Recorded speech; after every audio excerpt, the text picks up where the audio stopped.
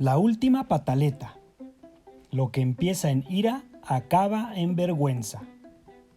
Las autoras son Carmen López Manterola y Laura Estrada. Julia y María estaban muy emocionadas. Aunque creían que ya estaban muy grandes, era la primera vez que sus padres las dejaban ir a un campamento organizado por la escuela, porque por fin coincidían con el grupo de sus hermanos mayores. Aquella sería la experiencia de su vida. Escalarían montañas, convivirían con la naturaleza y lo pasarían muy bien. El viaje no había sido muy largo, o eso creyeron ellas, y cuando llegaron tuvieron que montar el campamento. Los guías repartieron las tiendas de campaña, y María y Julia se pusieron manos a la obra enseguida. Aunque nunca lo habían hecho, su tienda quedó estupenda, porque allí todo les parecía fácil y divertido. Estaban tan contentas. De repente apareció un niño gritando que aquella era su tienda, que la habían montado en el sitio que él había elegido y que tenían que irse. ¿Irnos? ¿Por qué? ¿A dónde? ¿Estás loco?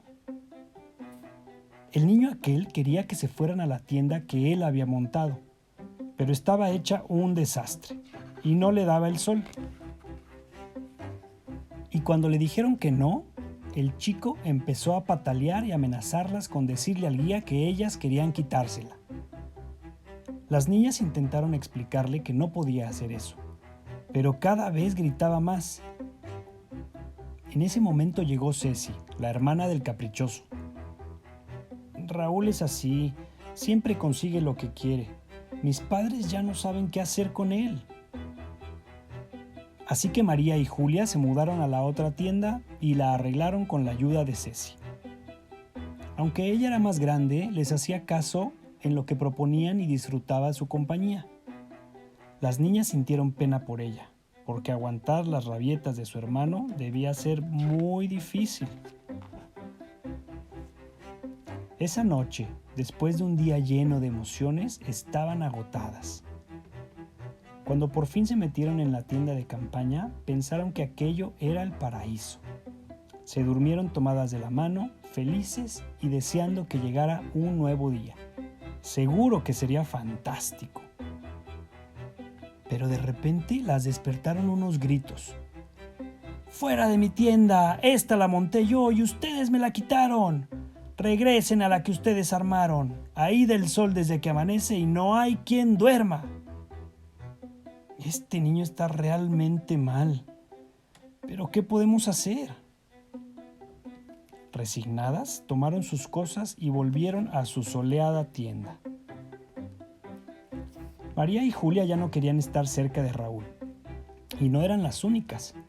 Aquel niño se pasaba todo el día molestando a la gente y, claro, nadie quería estar con él. Cuando hacían actividades en grupo, nadie lo quería en su equipo y lo evitaban siempre que podían. Todos estaban hartos de él. Y no solo los niños de su edad, los adultos también. Una tarde, los mayores llevaron un gran frasco lleno de renacuajos. Era muy divertido verlos mientras nadaban. Carlos los puso sobre una mesa para que todos pudieran verlos.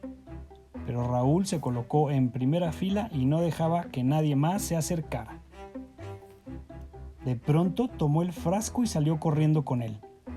Cuando por fin lo alcanzaron y trataron de quitárselo, empezó a gritar y a darles patadas. Ceci trató de explicarle que solo los habían atrapado para enseñárselos a los niños más pequeños, que no podía quedárselos y que debían devolverlos al río. Al final Raúl se quedó con el frasco. Ceci estaba muy avergonzada de su hermano, pero ¿qué podía hacer? Siempre intentaba hablar con él cuando se ponía así, pero el chico no escuchaba a nadie. Lo único que podía hacer era rescatar a los renacuajos. Como aquello era cuestión de vida o muerte, decidieron seguir a Raúl el resto del día. Lo siguieron a las regaderas, lo siguieron al comedor, lo siguieron a su tienda de campaña cuando se fue a dormir. Rescatar a los renacuajos parecía una misión imposible. Esperaron hasta que se quedó completamente dormido. Tomaron el frasco y se fueron corriendo a la ribera del río, en donde habían atrapado a los renacuajos, para devolverlos a su hogar. Todos estaban satisfechos, pero a Ceci le preocupaba lo que pasaría cuando Raúl se diera cuenta de que se los habían quitado. Pero no pasó nada. A la mañana siguiente, Raúl se había olvidado de los renacuajos y andaba por ahí tranquilamente, molestando a unas hormigas en su hormiguero. Solo, como siempre. Hacía un día estupendo y el resto de los niños jugaban a las traes después del desayuno. Pero aquella tranquilidad no tardaría en terminar. Julia estaba corriendo para huir de María cuando, sin darse cuenta, tropezó con Raúl. Él se levantó hecho una fiera y empezó a gritarle, insultándola y dándole empujones. Julia se quedó paralizada de miedo. Mientras tanto, María intentaba explicarle a Raúl que el tropiezo había sido accidental. Aquello era demasiado. Ceci llevaba años aguantando los ataques de ira de su hermano, pero no podía seguir soportando esa actitud. Entonces se enfrentó a él y trató de llevárselo de allí. Raúl se resistía, lanzando golpes en todas direcciones. El resto de los niños observaban sorprendidos la escena. Al oír la gritería apareció Laura, una de las guías del campamento. Ceci intentó explicarle lo que había pasado, mientras Raúl continuaba gritando y pataleando. Laura lo apartó para hablar con él. Le dijo que con esa actitud lo único que conseguiría sería quedarse solo. Pero Raúl no estaba dispuesto a escuchar a nadie. Era necesario solucionar aquel problema, así que Laura ideó un plan en el que tendrían que ayudarla todos los demás niños. Ese año, todos los asistentes al campamento se llevarían una lección bien aprendida. El primer paso era poner pequeñas trampas, para demostrarle a Raúl que su comportamiento era ridículo y perjudicial para él y para los demás. Esa tarde Raúl estaba jugando solo al ajedrez y María se acercó y le quitó 2 caballos. Raúl se puso de pie, furioso. Entonces María empezó a patalear y gritar. Incluso le lanzó algunos golpes, pero sin intención de pegarle. A Raúl le sorprendió tanto verla así que se quedó paralizado. María aprovechó para llevarse las piezas del ajedrez.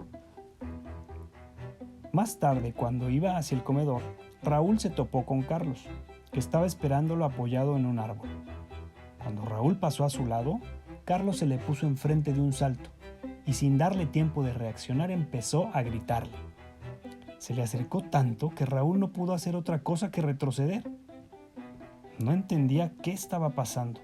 ¿Cómo podían ser tan ridículos? Y llegó el momento de la trampa final.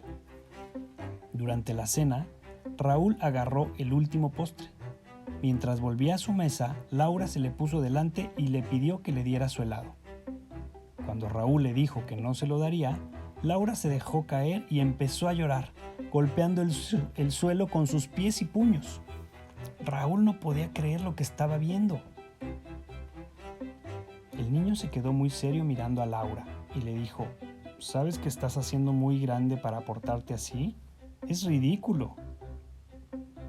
Entonces Ceci se acercó y le dijo: Tú siempre te comportas así.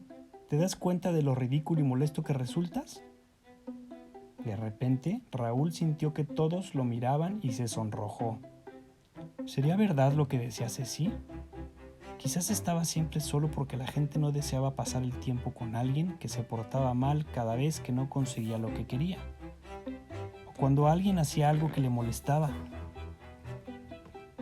Esa noche hubo una reunión en torno a la hoguera. Todos cantaban y reían, pero Raúl estaba solo y triste. A Julia y a María les dio mucha pena y le pidieron que se acercara a cantar con ellas. Raúl iba a decir que la canción que estaban cantando era una porquería y que él quería cantar otra, pero le pareció que lo que iba a salir de su boca era muy feo. Entonces decidió quedarse callado.